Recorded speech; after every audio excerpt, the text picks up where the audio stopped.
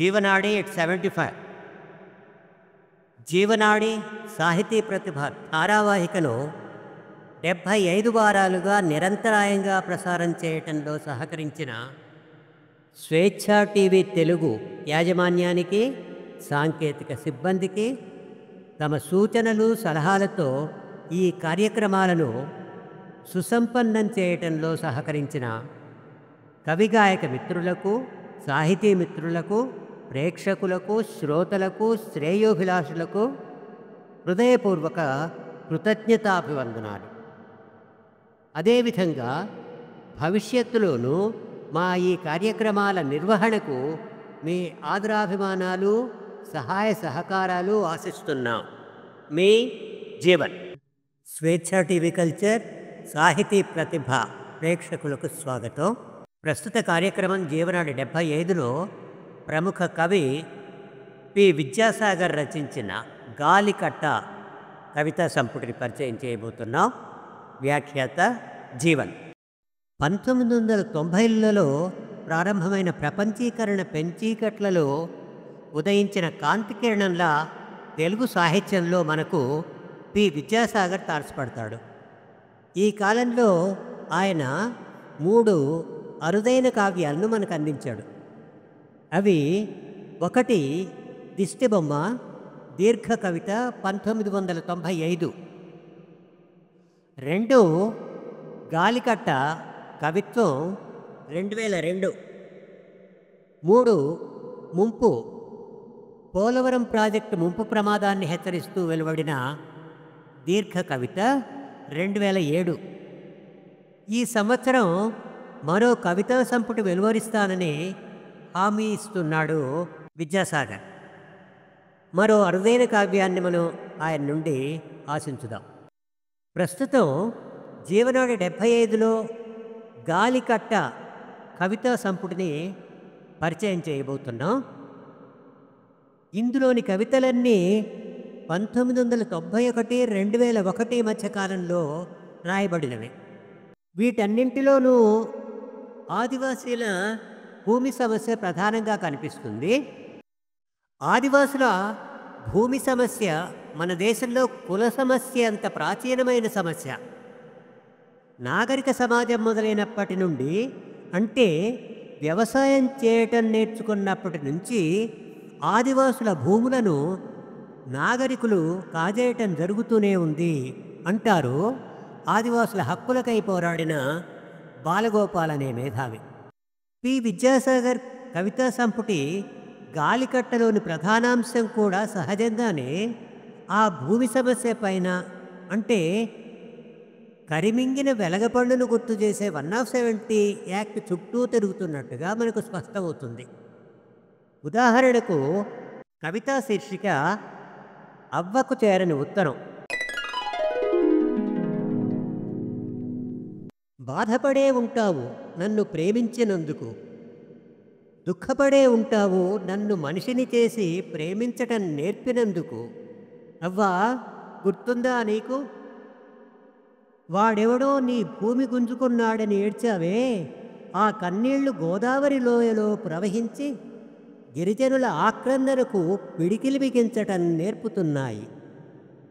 నీ చేతి అంబలి తాగి ఇప్పపూల వాసనని ఒళ్ళంతా రాసుకొని నీతో రేలపాటలు పాడి ఆడి అలసిపోయి కటిక నేల మీద పడుకుంటే చీకట్లో దడుచుకుంటానని చందమామను వెలిగించావు.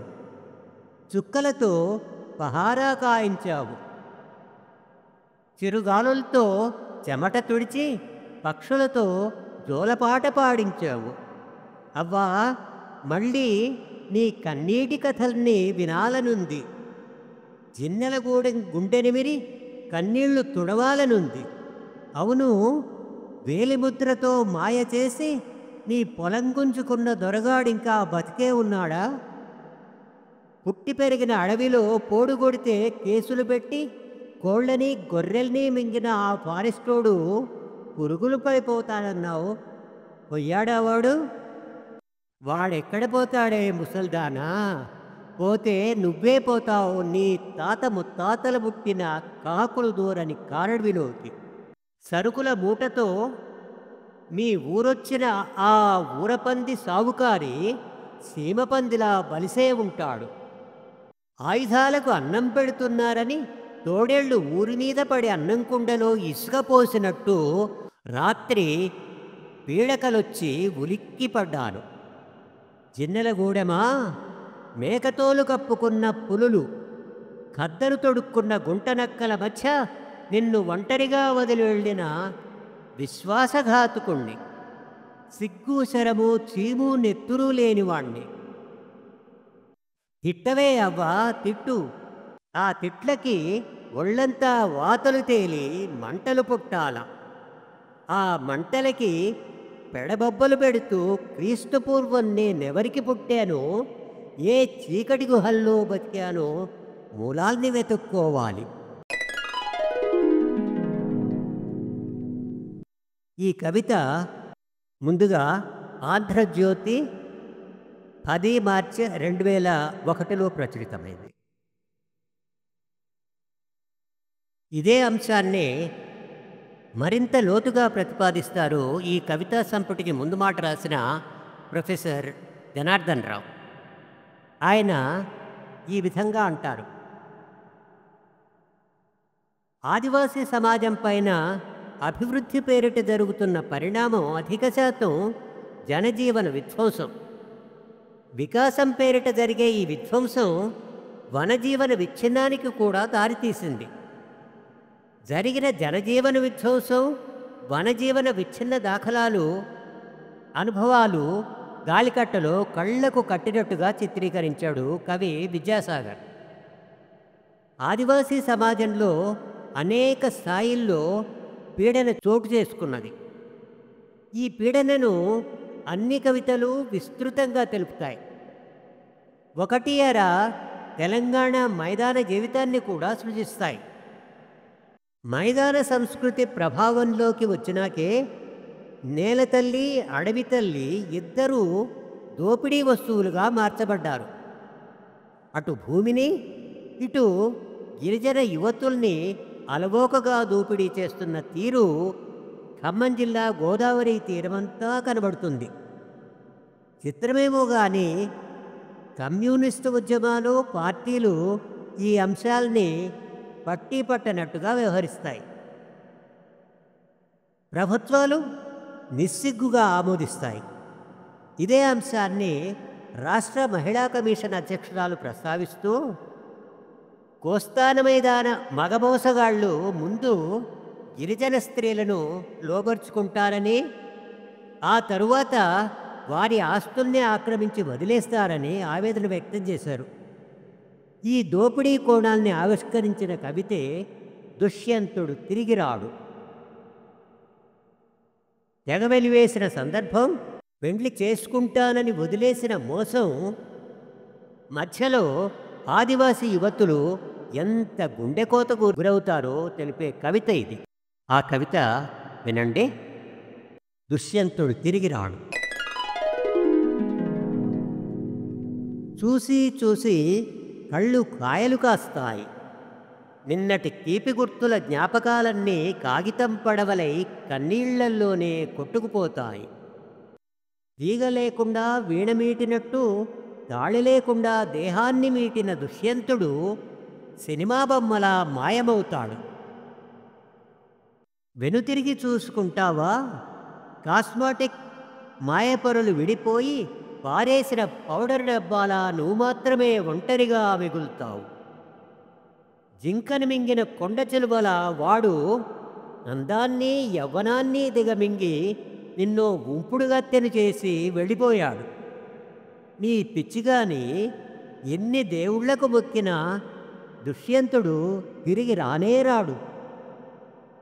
వెలివేతల్ని భరించి దుఃఖాన్ని దాచుకుంటావు సరే, గర్భాన్నెలా దాచుకుంటావు? అద్దం ముందు నిల్చున్నప్పుడల్లా బిడ్డకు తండ్రెవరని ప్రతిబింబం నిన్ను నిలదీస్తుంది. వాడిచ్చిన రోల్డ్ గోల్డ్ ఉగ్గరం రంగు వెరిసి నిన్ను వెక్కిరిస్తుంది. దుష్యంతుడి చిరునామా కోసం వెతుకుతుంటావా? సగం చినిగిన సినిమా టిక్కెట్టు కట్టకుండానే తెగిన తాళిబొట్టు గుర్తొచ్చి గుండె గుహేల్మంటుంది. అప్పుడు అనుకుంటావు, అరెరే, పౌడర్ డబ్బాలు సెంటు సీసాలు ఎంత పనిచేశాయి. దుష్యంతుడిచ్చిన సిల్కు చీర కళ్ళకు గంతలు కట్టి ఎంత మాయ చేసిందే. ఏడమ్మా, ఏడి దుష్యంతుడెక్కడా? వాడు మళ్ళీ ఏ గిరిజనగూడెంలోనూ సగం ఆకాశాన్ని కొండ చిలువలా ఆక్రమించే ఉంటాడు. 6 నెలల భార్యాభర్తల బొమ్మల కొలువులో నిన్ను అమ్మను చేసి వాడు నిష్క్రమించాడు. దేహాన్ని ఆక్రమించినంత సులభంగానే భూముల్ని ఆక్రమించి 1/70 సాక్షిగా పంటల్ని బస్తాలకెత్తుకుని నెత్తుటి గుడ్డును నజరానాగా ఇచ్చి వెళ్ళాడు. నెత్తుటి గుడ్డుకు కాళ్ళొచ్చి చేతులొచ్చి భూమి మీద పడగానే అడుగుతుంది కదా, అమ్మా నాన్నెప్పుడొస్తాడు? ప్రశ్న పునరావృతమవుతూనే ఉంటుంది. అయినా సరే నువ్వు ఎదురు చూస్తూనే ఉంటావు. ఈ కవిత ఆంధ్రజ్యోతిలో 1996లో ప్రచురితమైంది. ఆదివాసీ ప్రాంతంలో భూ పరాయీకరణ పొందిన తర్వాత జరిగిన మరో పరిణామమే బతుకు పరాయీకరణ. పరాయీకరించబడిన బతుకును తెలియజెప్పే మరో అద్భుతమైన కవిత లిపిలేని దుఃఖం. ఆ కవితలోసారి పరిశీలించండి. బాణం దెబ్బకు తెగిపడిన లేడి గొంతు మూగవేదన, కమలి కమలి కదలబారిన గాయాల గొడ్డుబాధ, నీటి సెలమలో చేప కన్నీళ్ల సుడిగుండం, గుండె లోతుల్లోంచి తన్నుకొచ్చే కోయ భాష అర్థమూ కాదు, అనువాదానికి అందదు. ఆదివాసీ మాటకు లిపి ఇవ్వలేని భాషాశాస్త్రమా, నీ ఒక చీకటి ఖండానివి. తెల్ల కాగితం సిగ్గుతో తలదించుకున్న శూన్యాకాశం, చితికిన తాటిముంజ కన్నులో సుళ్ళు తిరిగే గిరిజనుడి ఆర్తనాదం, అది లిపిలేని దుఃఖం.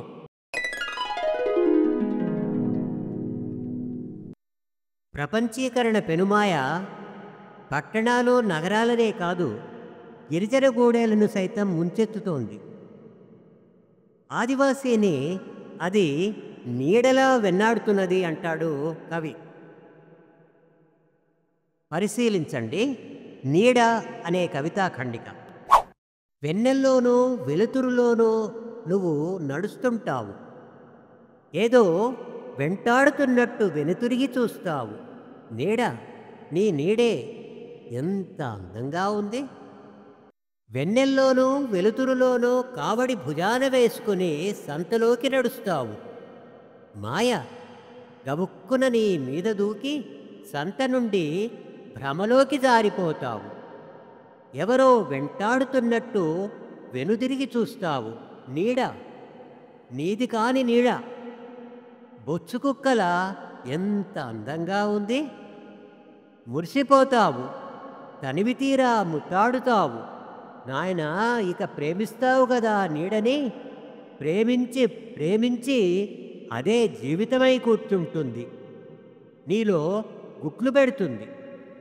వలసపక్షుల్లా వాళ్ళ కృత్రిమ కోర్కెలు వ్యాపార ప్రకటనలై కల్చరై కూర్చోనియవు, నిల్చోనియవు.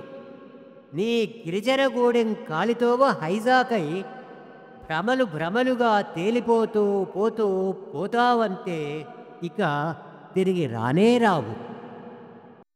నీడ నిన్ను బొట్లు బొట్లుగా తాగి గోడ మీద బొమ్మై కితకితలు పెడుతుంది.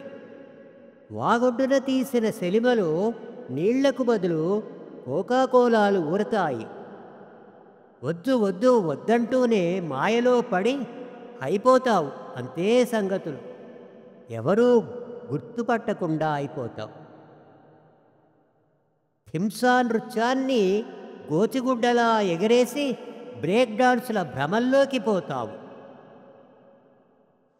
జాక్సన్ చుట్టుపోలిగాళ్లంతా రేలపాట గొంతు పిసికి నీలో హెరాయిన్ నింపి కోరస్గా మారుస్తారు. నాగోబా జాతరలో నిన్ను జలపాతం చేసిన గుసాడి నృత్యం వెగటు పుట్టి పాప్లోకో ర్యాప్లోకో పారిపోతావు. గిరిజన గూడెం మీద గుమ్మడి పూలకు బదులు డిష్లు యాంటెన్నాలు మొలకెత్తి నువ్వు ఎవడివో నీకే అంతుపట్టక మరచిపోయిన కాలిబాట కోసం పరిగెడతావు. చివరికి నీడ నిన్ను మింగి మనిషై కూర్చుంటుంది. నువ్వు దాని ప్రతిబింబానివైపోతావు. ఈ కవిత అక్టోబర్ 1వ తారీఖు 1995లో రాయబడింది. పుస్తకం శీర్షికతోనే వచ్చిన గాలికట్ట అనే కవితా ఖండిక ఇప్పుడు వినండి. ఆమె అప్పుడెప్పుడో అడ్డదిడ్డంగా నరికిన మోడుకు ముడత రోగంతో పూసిన తునికాకులా ఉంటుంది. ఆమె కోడికూతను నిద్రలేపి సూర్యుడి ముఖం కడిగి ఋతువులకు పాలు తాపి తన చుట్టూ తానే తిరుగుతున్న భూమికి తల్లిలా ఉంటుంది. ఆమెను చూశాకే అడవి చిగురించటం నేర్చుకుంది. ఇప్పుడు ఆమె ఆమెలా లేదు. ఆకుల కళ్ళం మీద జరిగే అంకెల గారడీలో మోసపోయిన గాలికట్టలా ఉంది. ఈ భూమి మీద జానుడు కడుపై పుట్టిన పాపానికి బతుకుని ఆకుల కళ్ళం మీద అమ్ముకుంటున్న సడియన్ లచ్చక్క బతకాల్సిందే. బుక్కెడు బువ్వ కోసం జీవితాన్ని ఆకులు ఆకులుగా రాల్చుకొని కట్టలు కట్టలుగా పేర్చుకొని ఎంతో కొంతకి అమ్ముకోవలసిందే. లే తల్లి, లేచి కూర్చో. ఎండిన డొక్కకి అంబలి తాపి జోలెకట్టుకో. అడవి పిలుస్తోంది, జోలెకట్టుకో. నడవాలి నడవాలి, వంగుతూ లేస్తూ కోస్తూ దారుల్లేని గుట్టల్ని ఎగబాకాలి. జోలకి కడుపుకి ఆకలికి ఆకలికి పీట ముడివేశారెవరు. అది విప్పే కొద్దీ బిగుసుకుంటుంది. ఆకులు ఏరి ఏరి కోసి కోసి జోలె మోసి మోసి చెమట చెమట చెమట. దాహం దాహం దాహం. భయం భయం భయం. నాగుపాము బుసల్ని దాటి ఎలుగుబంటి పంజాల్ని దాటి దారుల్లేని గుట్టల మీద ఇప్పుడు నువ్వెక్కడున్నావమ్మా, ఎక్కడున్నావు? దాహం, ఇసుక తుఫానులా ఆవహించిన దాహం. దాహం పులిపంజాలా విస్తరించిన దారుల్లో నడిచి నడిచి గుండె లోలకమై ఊగి ఊగి చెమట సముద్రమై ఉప్పొంగి పొంగి దాహమేసిన గొంతు గాయపడిన జంతువులా తన్నుకొని తన్నుకొని అయ్యయ్యో ఇప్పుడు ఆమె శవంలా ఉంది. శవానికి తెల్లగుడ్డ కడుతున్నప్పుడు ఆమె నా కంటికి అప్పుడే చుట్టిన బీడీలా కనిపిస్తుంది. బీడీ తాగుతున్నప్పుడల్లా ఆమె గుర్తొస్తుంది. చివరి దమ్ములో బూడిద బూడిదగా రాలి గుండె కలుక్కుమంటుంది. నీళ్లు తిరిగిన కళ్ళలో ఆమె తప్ప ఈ సమస్త ప్రపంచము శూన్యంగా కనిపిస్తుంది నాకు. వార్త: తునికి ఆకు సేకరణకు అడవికి వెళ్ళి దాహంతో మరణించిన ఆదివాసీ మహిళల కోసం రాసింది ఈ కవిత. పిడేము అంటే వెదురు పద. గతంలో జీవనాడి 72లో కంకపద అంటూ ఆదివాసీ కవయిత్రి కళ్యాణి కుంజ కవిత్వం విన్నాం. పిడేము అనేది ఆదివాసీ జీవితంతో విడదీయలేని అనుబంధం కలిగి ఉంటుంది. భద్రాచలం సారపాకలోనూ సిర్పూర్ కాగజ్నగర్లోనూ కాగితం మిల్లులొచ్చాక వెదురు వనాలన్నీ ధ్వంసమయ్యాయి. వాటితో పాటే వాటి చుట్టూ అల్లుకున్న ఆదివాసీ సాంస్కృతిక జీవితమంతా ధ్వంసమైంది అని మనకు తెలుసు. ఆదివాసీకి ఇప్ప చెట్టు ఎంత ముఖ్యమో పవిత్రమో అంతే ముఖ్యమైంది పిడం. అటువంటి పిడం చుట్టూ తిరిగే కవితా ఖండిక ఇప్పుడు వినండి. శీర్షిక పిడెం.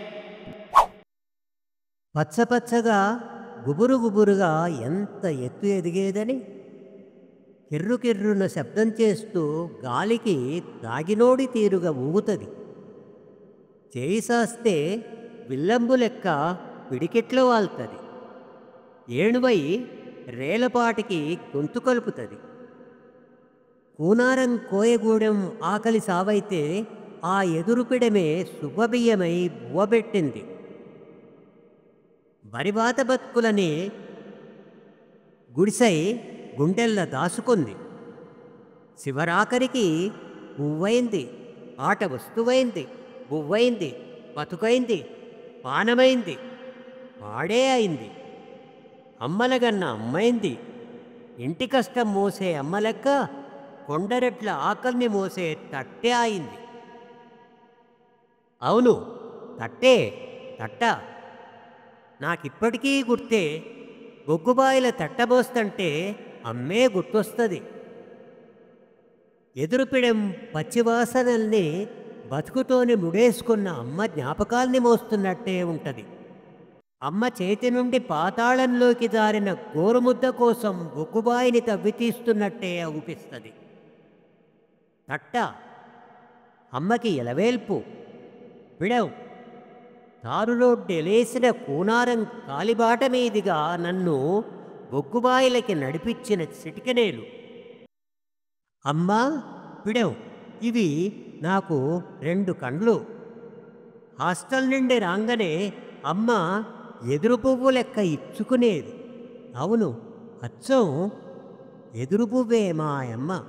సగం అల్లిన తట్టని ముట్టుకోగానే అమ్మ ఖాళీ కడుపు చేతికి తగిలినట్టే ఉండేది. తట్టల్ని లెక్క పెడుతుంటే చేతుల్ని మింగేసిన పుండ్లని లెక్క పెడుతున్నట్టుంటుంది. శివరాఖరికి మా అమ్మ 2గా చీలిన ఎదురు బొంగైంది. కొడవలతో ఇడదీసిన ఎదురు బద్దయింది. చేతి నిండా ఈనెలు గుచ్చుకున్న హింసైంది.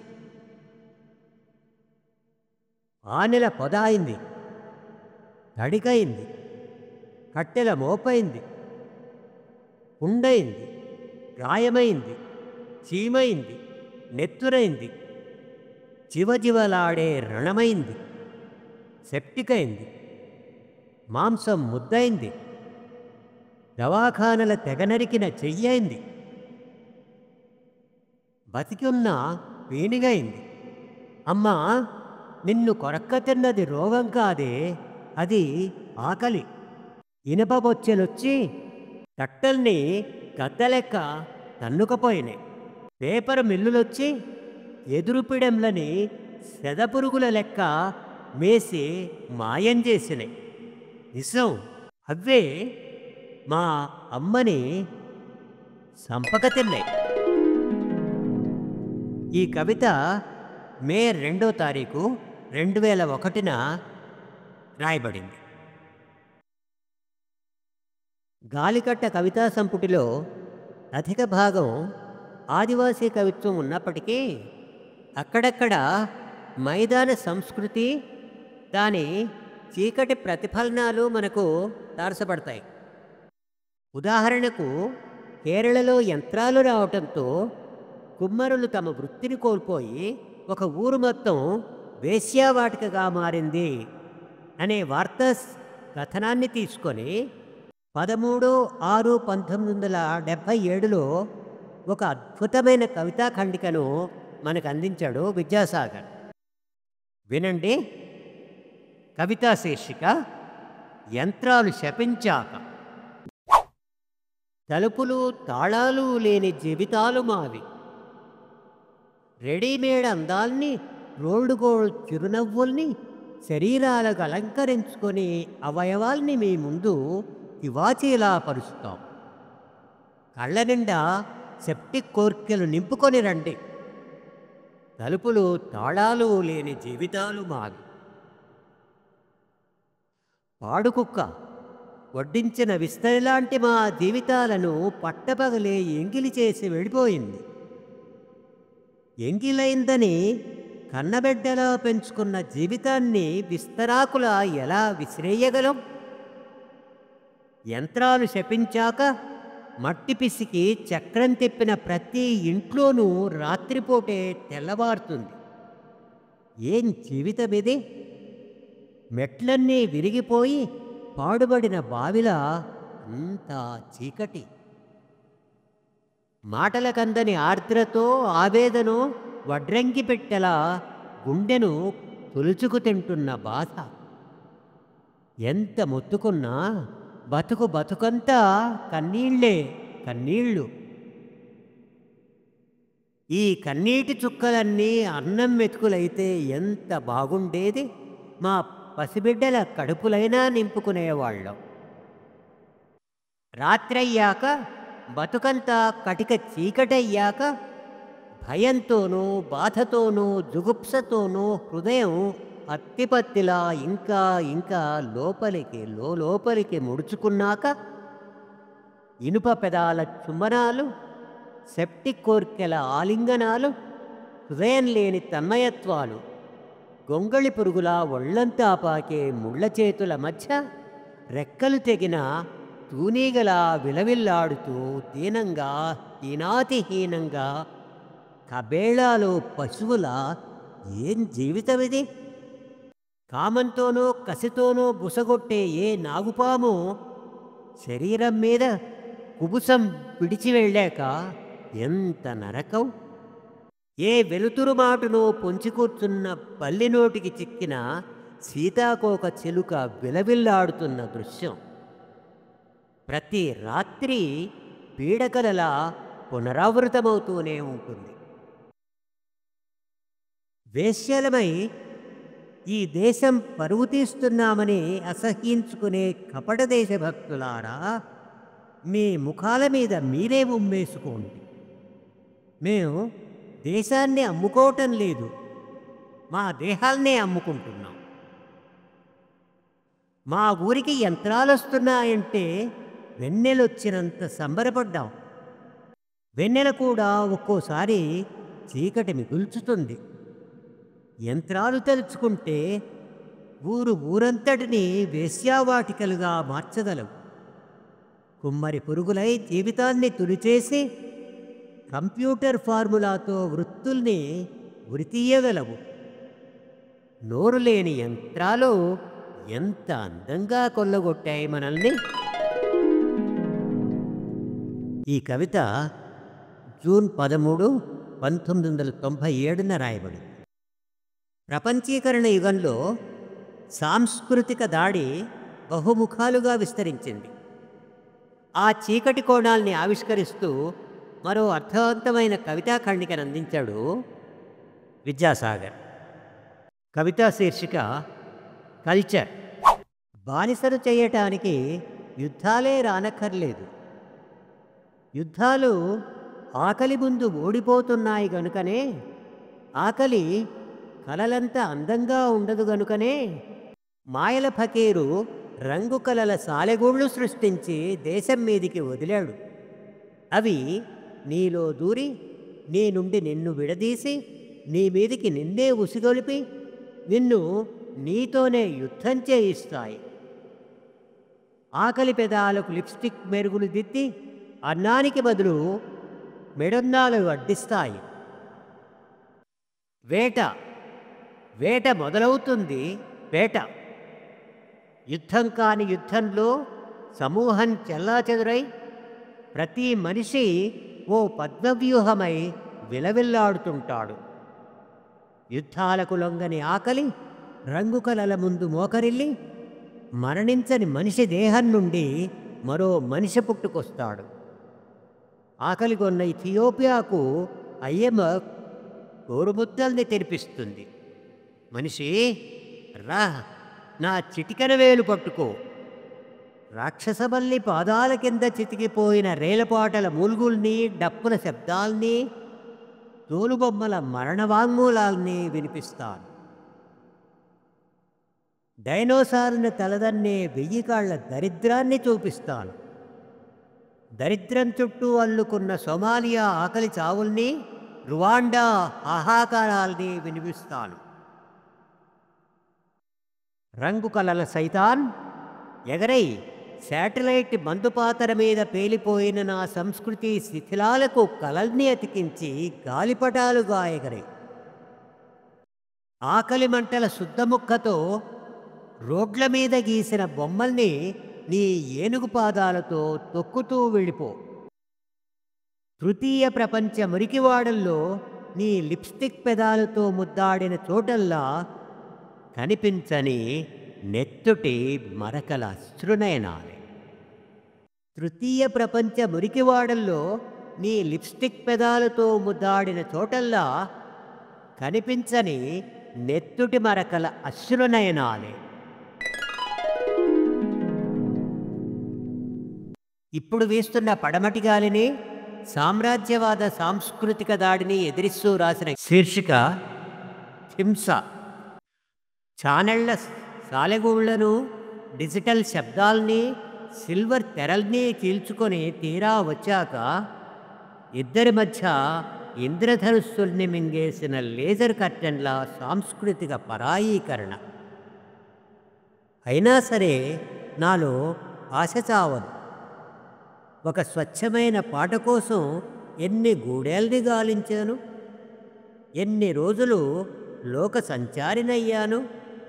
రాత్రి లేదు, పగలు లేదు, కాలిబాటని ముద్దాడలేని సింథటిక్ చెప్పులు వదిలేసి రక్తసిక్త పాదాలతో నిన్నెక్కడని వెతకను. వెతికి వెతికి అలసిపోయాను. మహాగానమా రా. వెన్నెల రాత్రుల్లో నెగడు చుట్టూ పాదాలు పాదాలుగా సుళ్ళు తిరిగే రేలా రెలా రేలా రెలా రేలా రేలా రే రేలా రెలా రేలా రెలా రేలా రేలా రే నెమళ్ళమవ్వాలి. ఎదురు బొంగు గొంతులో ఈలపాటమవ్వాలి. వచ్చే ఒక జలపాతంలా చలికి వణికే అడవి మల్లె బుగ్గ మీద వెచ్చని ముద్దులా ఇదిగో ఆకాశాన్ని ఒలిచి సూర్యచంద్రులకు తొడిగి డోలు చేశారు. నక్షత్రాల్ని కోసుకొచ్చి గజ్జెలుగా ధరించారు. రా, కొత్త గానాన్ని సైబర్ కళల మీద ఓరెత్తించాలి. వచ్చే. ఈ కవిత అక్టోబర్ 15, 2001 రచించబడింది. ఈ కవితా సంపుటి సారమంతా ఆదివాసీల జీవన పోరాటమే. దీనికి ప్రతిబింబంగా వచ్చిన మా అయ్యా అనే కవితా ఖండికను వినండి. కవితా శీర్షిక మా అయ్య. గుగ్లురిమి ఎలుగొడ్డును అదిలించే సాహసి మా అయ్య. కానీ మనిషి నీడను చూసి చెట్టు తొర్రలో దాక్కునే పిరికిగొడ్డు. మా అయ్య గురితప్పని విలుకాడు. కానీ ముసలినక్క ద్రోణుడి మాయలో పడి అస్త్రసన్యాసం చేసిన వెర్రిబాగులోడు. సందమామను తలదన్నే అందగాడు మా అయ్య. కానీ శూర్పణఖ ముక్కు చెవులు కోసిన లక్ష్మణుడు గుర్తొచ్చి ముఖం మీద అందవికారాన్ని పులుముకున్న క్రూపి. మా అయ్య బతుకు పాఠాలు నేర్పిన పంతులయ్య. కానీ ప్రాంసరీ నోటు చూసి వేలుముద్రలా వణికిపోయే రుణగ్రస్తుడు. మా అయ్య కొసవేళ్లతో సక్కదనాల బొమ్మలేసే చిత్రకారుడు. కానీ వేలుముద్రలు గుర్తొచ్చినప్పుడల్లా 2 బొటనవేళ్లను పిడికిట్లో దాచుకునే శాపగ్రస్తుడు. మా అయ్య వామనుడి 3వ పాదం మీద వేలిముద్రల్ని కసిగా ఉమ్మి పంచాయతీలో 2 బొటనవేళ్లను తెగనరుక్కున్న ఏకలవ్యుడు. మా అయ్య వేలుముద్రలు కొరుక్కు తిన్న బతుకు మీద విరక్తుడై రాతి గుహలో తనది కాని చరిత్ర లిఖించిన వాల్మీకి. నేను అదే గుహలోకి. ఆదివాసీ బిడ్డలారా, మళ్ళీ తిరిగొస్తాను. వాల్మీకి ఏకలవ్యుడిలా కాదు, కొమరం భీములా. ఈ కవిత మే 2, 2001 రాయబడింది. ఈ కవితా సంపుటికి ప్రొఫెసర్ జనార్దన్ రావు రాసిన ముందు మాటతోనే ఈ కార్యక్రమాన్ని ముగించుకుందాం. ఆదివాసీ జీవితంలో అంతర్లీనమైన కవులు అరుదు. ఇట్లా అంతర్లీనమైన వారు తమ తమ పూర్వ అస్తిత్వాల పరిధికి ఆవలుగా ఉండి అవలోకనం చేయదలుచుకున్న స్థితిని నిజాయితీగా వెల్లడించగలిగినప్పుడు విశిష్టమైన వాస్తవాలను, నిజాలను చెప్పగలుగుతారు. ఆ ఒరవడిలో నిలబడే కవి విద్యాసాగర్. ఇట్లా ఆదివాసీ జనజీవితాన్ని ఆవిష్కరించి అశేష ఆదివాసీ జనసాగరానికి అనుబంధంగా నిలిచిన విద్యాసాగర్ను అభినందించటమే కాదు, ఆయన విశ్వాసాలను అదే రీతిలో మరింత ఆవిష్కరించటం అవసరం. ఈ కార్యక్రమం ఇంతటితో సమాప్తం. వచ్చే వారం జీవనాడి 76లో మన కథ శీర్షికన మరో ఆసక్తికరమైన కథను వినిపించబోతున్నాం. అంతవరకు సెలవు. మీ జీవన్. స్వేచ్ఛా టీవీ కల్చర్ ఛానల్లోని మా కార్యక్రమాలను లైక్ చేయండి, మీ మిత్రులకు షేర్ చేయండి, మీ అభిప్రాయం కామెంట్ రూపంలో మాతో పంచుకోండి. స్వేచ్ఛా టీవీ కల్చర్ సబ్స్క్రైబ్ చేయటం మరవకండి.